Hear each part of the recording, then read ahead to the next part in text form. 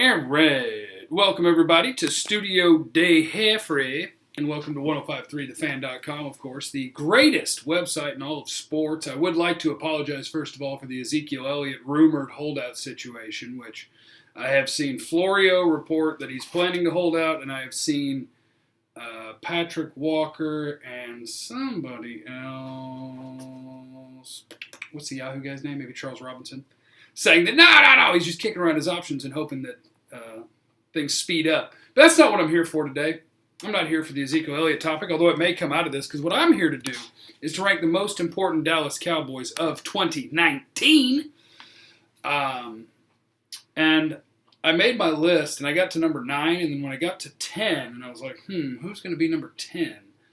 I did some quick Googles. I'm going to admit to that because I did some quick Googles because I do mock drafts during the NFL draft season, and I have before gotten to like 20 or 25 and forgotten that I forgot like a top 6 player.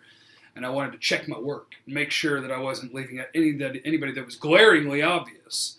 And fortunately I hadn't, but I did want to shout out to Blogging the Boys, who I saw did the top 10 most important Dallas Cowboys a couple of weeks ago. So I just wanted to shout them out because I like that website and the people working there, and I am doing the same thing they're doing. Not that anybody has proprietary ownership of the idea of a list of football players, but shout out to you guys. Number 10, most important Dallas Cowboy. I'm cheating right off the top. It's a tie. I got a battle here. My guy, Xavier Woods, free safety of the future, who's about to have his breakout year, probably have 4 or 5 interceptions. It's going to be glorious, so tune in for that. Xavier Woods versus Jalen Smith is for number 10. So I actually have a battle, a two-man battle for the 10th most important Dallas Cowboy.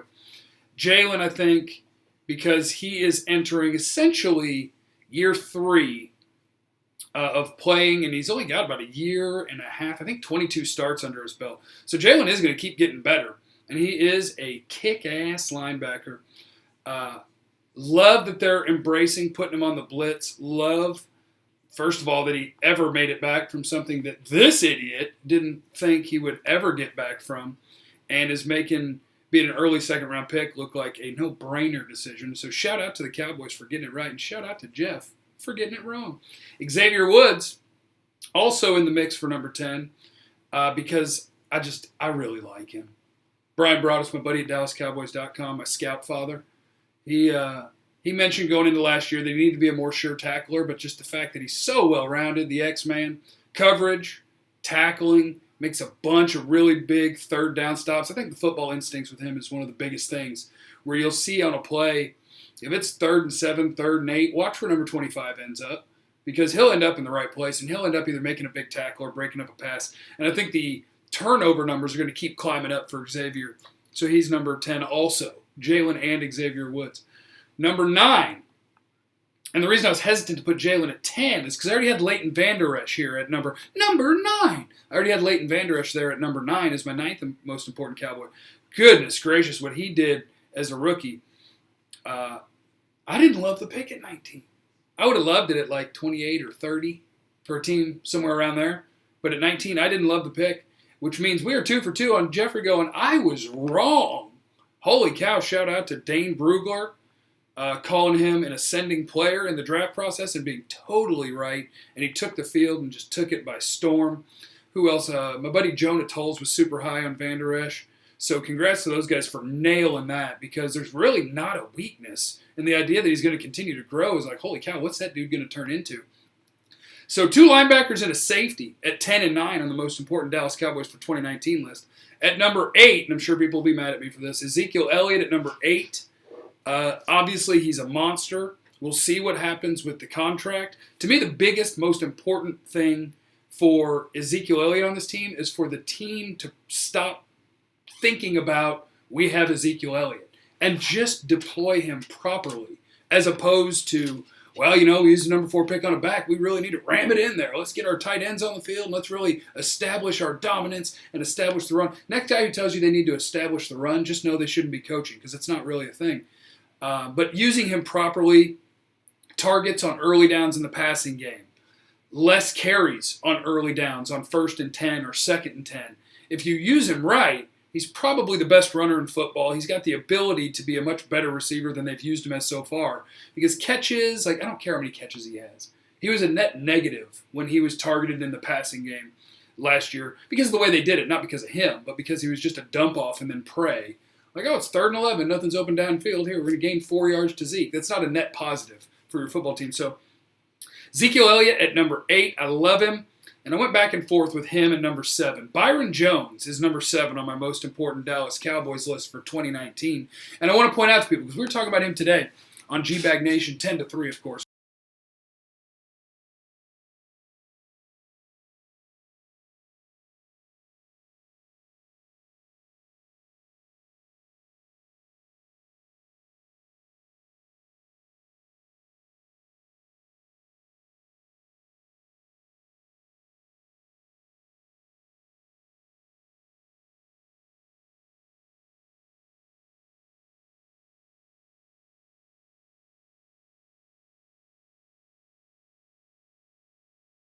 Worth more money. Their effect on the passing game is more important. Now, if you used Ezekiel Elliott perfectly, early targets in the passing game, using him to motion out and match him up on a linebacker to where he becomes a really big factor in your pass game, I could move him in front of Byron, despite the fact that Byron plays corner, because coverage is super important in the NFL. Anything that affects the passing game is more important than anything that affects the running game in the modern NFL. Now, Byron, when you're out there covering one guy, listen, if you have Darrelle Revis, you have the most important defensive player of the last 20 years. It's not a rusher. It's the absolute lockdown. If I have a corner who coming into that week, I can point to your best receiver and say, he gets nothing. And he goes, got it, coach. And it happens. That's the most important thing you can do in football. If you can eliminate their most important pass weapon with one dude, that's the most valuable defender in the league. Then you talk about Aaron Donald. Now, I don't think there's a corner that's doing that right now, so Aaron Donald is the most important defender in football. But the edge rushers and all them. So Byron, if he were that guy, I would have him in the top 3 of this list. So let's see what he does. But because we don't have 2005 or whatever Darrelle Revis, I may be off on years, it was like 08, 09. But because we don't have that guy, then I can put the running back or compete with the running back in terms of player rankings because one man can't cover the whole field. You know, your coverage is more important than your running, but your singular running back can be responsible for more than one cover guy when I've got 5, 6, 7 guys covering on any given play. But Byron Jones is there at, what number was that? Number 7. Number 6 is Tank Lawrence, and I went back and forth with the idea of having him higher. It's really tripping me out that the nerds, of which I've become one and have now become hated for it, the nerds are starting to show that the way that you cover is more indicative of how many games you're going to win than the way that you rush the passer. But once again, because Tank is one of 2 defensive ends on the field at most times, and Byron is one of 1, 2, 3, 4, usually 5, and then your linebackers can drop, so 5 to 7 cover guys, and Tank is one of the best defensive ends in football. Tank gets up to number 6, and I would take him as an acceptable answer anywhere up to number 3. I put him at 6. I'll take him as an acceptable answer anywhere up to 3, because he does affect the pass and the run. He's their best run defender and their best pass defender. You can move him up if you want to, and I won't fight you. Travis Frederick is number 5. And the reason that I put him there is you look at their offense from a year ago, and I don't believe that Dak Prescott has gotten worse from year 1 to year 3. But his numbers, his efficiency numbers, any way that you really is an effective way of measuring quarterback play, his best year was his rookie year. And it's because they could block. Last year with Zach Martin on a hobbled knee but still playing great, and no Travis Frederick, it affects everybody. It affects everybody. It affects your ability to do everything that you want to do. So I'm going to put Travis Frederick at 5 while being open to the idea that you could move Tank up in front of him. And I got Zach Martin at 4 because this is the way they built it. This is their success. I don't credit it to a running back, and I'd like to sincerely apologize about that. Love having that running back, but I attribute it to when they protected Dak Prescott the best and when they were opening the holes to run in the best, that's when this team was great at offense. That's why last year you were, I don't have the numbers in front of me, but what were they in scoring? Were they in the 20s? Maybe the teens or the 20s. They weren't a good scoring offense because they couldn't protect the same. They couldn't protect the same, And they couldn't run block the same, although they run blocked well enough to get, 4.7 yards per carry. But that's not an efficient way to win at football. Zach Martin at number 4.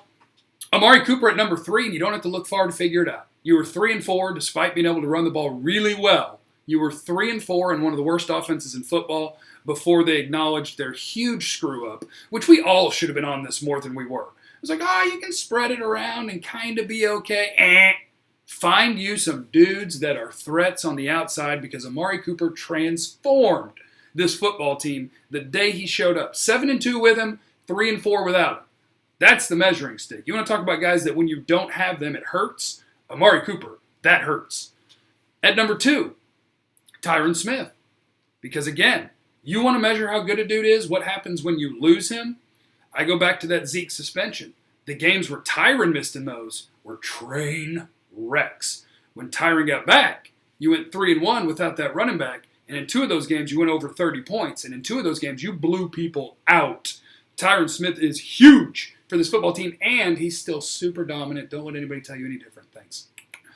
And number 1 is the quarterback. What do you want? It's the quarterback. It's Dak Prescott. It's quarterback. That was easy, right? You have Dak Prescott this year, you'll probably win 10 or 11 games. You don't have Dak Prescott this year, you probably win 3 or 4 games. Is there anybody out there, tell me in the comments, is there anybody out there that thinks they could win 8 or 9 games with a different quarterback that's on this roster? I want to see how much the Dak hate out there could possibly be real. Somebody, I dare you, tell me in the comments that they could win 7 games without him. It's a good roster. Say it. Say it with your chest. I dare you. We'll see you 10 a.m. to 3 p.m. in the G-Bag Nation on 105.3 The Fan from Studio Day Heffrey. I'm out.